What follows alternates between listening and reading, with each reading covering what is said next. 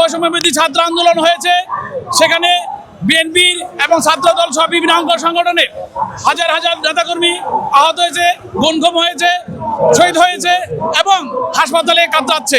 সংগ্রামী সাধু বন্ধুগণ, লক্ষ লক্ষ নেতাকর্মী যেখানে এখনো মামলাগ্রস্ত, সেখানে ফেসিবাদের দূষণরা যারা কিনা আজকে লুকিয়ে আছে এবং প্রতি পদে পদে আমাদেরকে বাধাগ্রস্ত করছে, সেখানে আমরা আশা করেছিলাম এই এনসিপির যারা আজকে ক্ষমতায় আছে তারা ক্ষমতা থেকে দেশে একটা সুন্দর একটা সংস্কার করে সুন্দরভাবে একটা নির্বাচন দেবে এবং নির্বাচন নিয়ে কোনো কালবাহানা করবে না।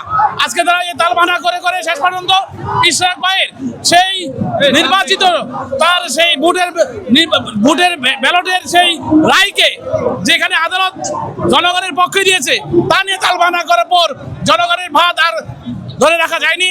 সেই ভাত ভাঙা জোয়ারে আজকে কিন্তু জনগণ রাজপথে নেমে এসেছে, শুধু একটাই কারণ যে ইশরাক ভাইয়ের সেই মেয়র গিরি ফিরিয়ে দিতে হবে, পাশাপাশি আমাদের মাহফুজ এবং আমাদের যে আসিফ এই দুইজনের পদত্যাগ চাচ্ছি, কারণ তারা এই ক্ষমতা থেকে থেকে একটার পর একটা চক্রান্ত করে যাচ্ছে।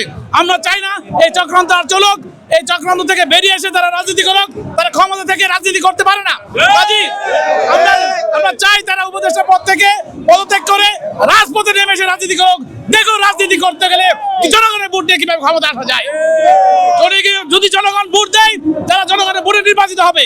কিন্তু এই যে বৈষম্যবিরোধী ছাত্র আন্দোলনে যারা শহীদ হয়েছে, তাদের রক্তের সাথে বেইমানি করে ভোটের সাথে বেইমানি করতে গেলে এই বিএনপি সহ যারা ভোটের প্রেমিক, যারা ভোটের আশা করছে, নির্বাচন আশা করছে, তারা কেউ তাদেরকে ভোটের বাজারে তাদেরকে ক্ষমা করবে না।